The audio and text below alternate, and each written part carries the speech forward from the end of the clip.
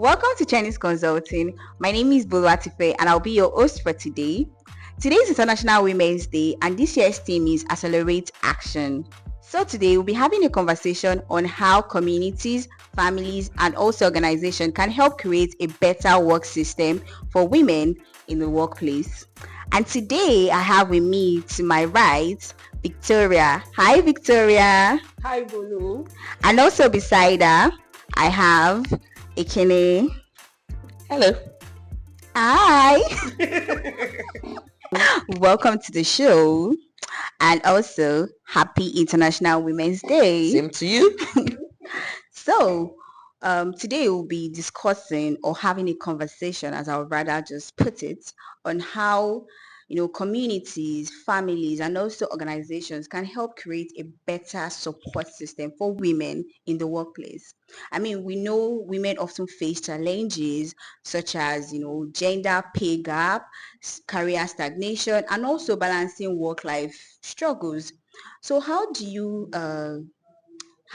think male allies and leadership teams can help close the leadership gap? I would like to ask Ekene, how do you think male allies and leadership teams can help close the leadership gap? Okay. Thanks, Bolo, for that question. Really, like I always say, for me, it's not about gender. It's about who can get the work done. If you're a guy that has a seat at the table and you're having a discussion about who can genuinely get the job done, I don't think you should be biased whether it is a man or a woman. If the name of a female should come up and she can get the job done compared to a guy's name, then you should genuinely, with your full chest, say that the woman can get the job done. But you see situations where, for one reason or the other, I don't know, because I'm not at that table, you find that it's more of the guys. But I just think it's just about being truthful and honest. If a woman can do the job, then a woman can do the job. If a man can do the job, a man can do the job. Capish? Simple. That's insightful. I totally agree with you. I mean, regardless of the gender, one shouldn't be biased. If some person is qualified for the job, why not just hire them, regardless of their gender? I'd like to come to you, Victoria. We know communities play a role in shaping a woman's career.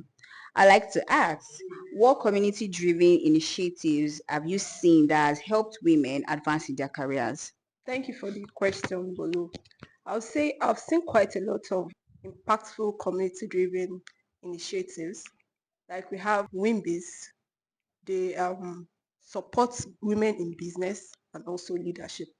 And there's this other one, the EME Foundation. They provide girls with access to menstrual pads, products, and also education. So as you can see, even though these initiatives are done for them while they are young, they are trying to like catch them at this early stage so it can shaping them and also help them in their career paths in the future. I like that. I mean, catch them while they're still in the secondary school before they move to the higher institution. So I have a question for you both. As married women in this industry, how do you think your spouse can help support your career growth, your ambitions? How do you think they can support? Actually, with the answer to that question. Okay. Well, for me, this would be like an advice to younger single girls that are coming into this industry. Marry someone that understands your work. So I'll use myself as an example. I met my husband on the job, and he's in the industry, so he understands, because sometimes the job can be crazy. So you can work crazy hours. If I've had a time where you work from Friday to Sunday, not during the day, like nights. We're doing I think then it was for a beer brand, and we're going from bar to club. It was not a campaign. So the simple advice is marry someone that understands your work, because you don't want a situation where you say to your husband, I'm traveling to Abuja, and he feels that you are in Enugu. You know,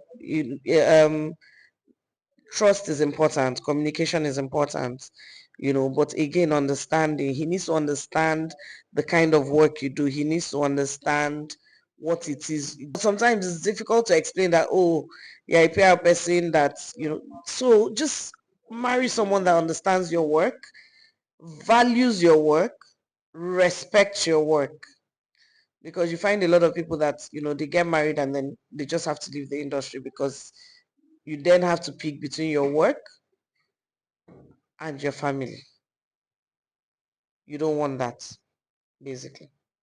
Well, I remember coming into this industry, like I was single, and now I'm married and I'm still growing, I'm still learning. And like I'll say for myself, my husband has been quite supportive. I remember most times when I'll get calls late at night and we'll be like, is that your boss? I'll say, yes, that's my boss. And there's no complaint, and he has been supportive. He has been quite supportive, I must say. So really say thank you. Oh, I love me a supportive spouse. I'm glad that you have a strong support system in this industry that is steadily behind you, pushing you to do better, to accelerate action every day. Just like the theme of this year's International Women's Day, Accelerate Action. I would like to say to every woman out there to do more, strive to do better, strive for more. If you would like to continue seeing our faces, you can follow us on Instagram, on TikTok, and other social media platforms. Bye for now.